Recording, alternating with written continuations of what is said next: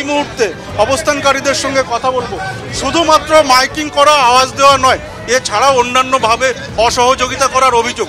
শৌচালয় ব্যবহারের শৌচালয় বন্ধ করে রেখেছে, দেখতে পাচ্ছেন যেখানে মহিলারা আছে, এরা ভোর থেকে উঠে আছে। আমি নিজেও সকাল থেকে মানে প্রস্রাব যাইনি, প্রচন্ড জোরে প্রস্রাব পেয়েছে।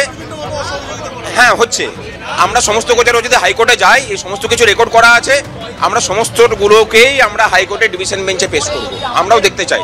বারবার বলা হচ্ছে আপনারা উচ্চস্বরে আওয়াজ করছেন, যাতে 90 ডেসিবেলের বেশি যদি হয় ওনাদের কথাটা মেনে নেবেন, ওনারা গিয়ে পরে হাইকোর্টে অভিযোগ করবেন। আমরা জানি আমাদের চোং আসছে, চোং লাগিয়ে এখানে অবস্থান হবে। একেবারেই যেমনটা অবস্থানকারীরা জানিয়ে দিলেন যে তারা কিন্তু এই অবস্থান চালিয়ে যাবেন, তবে বারবার অভিযোগ তাদের যে পুলিশের বিরুদ্ধে, এমনকি নির্ধারিত যে জায়গা সেখানে যেতে দেওয়া হয়নি। একেবারেই সত্যজিৎ, তুমি এই খবরে নজর রাখো, আমরা পরবর্তী সময় ফিরবো তোমার কাছে, তবে আপাতত তোমাকে অনেক ধন্যবাদ।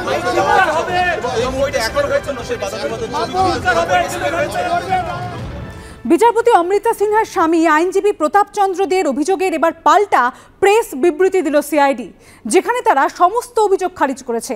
একটি মামলার প্রভাব খাটানোর অভিযোগের প্রেক্ষিতে প্রতাপ চন্দ্র দেকে জিজ্ঞাসাবাদ করে সিআইডি এবং তারপরই বার অ্যাসোসিয়েশনকে দেওয়া চিঠিতে একগুচ্ছ অভিযোগ তোলেন তিনি, আর যার প্রেক্ষিতে ভাবমূর্তি নষ্টের চেষ্টার পাল্টা অভিযোগ তুলেছে সিআইডি। সম্পত্তি বিবাদ সংক্রান্ত মামলায় প্রভাব খাটানোর অভিযোগের তদন্তে এবার নতুন মোড়।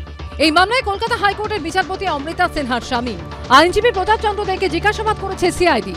মঙ্গলবার বাংশাল কোর্টের বার অ্যাসোসিয়েশনকে লেখা চিঠিতে সিআইডির বিরুদ্ধে একগুচ্ছ অভিযোগ তুলেছিলেন তিনি। এবার তার বিবৃতি জারি করে তার জবাব দিল সিআইডি, যেখানে তারা দাবি করেছে চিঠিতে যেসব অভিযোগ তোলা হয়েছে সিআইডি তা খারিজ করেছে। এই অভিযোগ তোলার উদ্দেশ্য শুধু সংশ্লিষ্ট অফিসারদের ভাবমূর্তি কালিমালিপ্ত করাই নয়, তদন্ত সম্পর্কে অপবাদ দেওয়া এবং তা বিভ্রান্ত করা। চিঠিতে বিচারপতি সিনহার স্বামী প্রতাপ চন্দ্র দে অভিযোগ করেছিলেন, একাধিক অফিসার আমাকে জিজ্ঞাসাবাদ করেন, শুধুই আমার স্ত্রী এবং তার ব্যক্তিগত তথ্য নিয়ে প্রশ্ন করা হয়। অফিসাররা আমাকে বলেন তারা মামলার বিষয়ে আগ্রহী নন, তারা শুধু আমার স্ত্রী সংক্রান্ত প্রশ্নের উত্তর চান। পাল্টা সিআইডির প্রেস বিবৃতিতে দাবি করা হয়েছে, বিধাননগর দক্ষিণ থানায় রুজু হওয়া মামলায় যে তথ্য এবং সাক্ষ্যের সঙ্গে তার যোগ রয়েছে, শুধু সেই বিষয়েই প্রতাপ চন্দ্র দেকে প্রশ্ন করা হয়। তদন্তকারী এজেন্সির হাতে যে প্রমাণ রয়েছে তা নিয়েও জিজ্ঞাসাবাদ করা হয়। সিআইডির বিরুদ্ধে প্রতাপ চন্দ্র দে আরও অভিযোগ করেন, অফিসাররা পাড়ার গুন্ডার মতো আচরণ করছিলেন, তারস্বরে চিৎকার করছিলেন, একটাও শালীন শব্দ বলা হয়নি, সব অকথ্য নোংরা কথা। ক্যামেরা একটানা চালু ছিল না।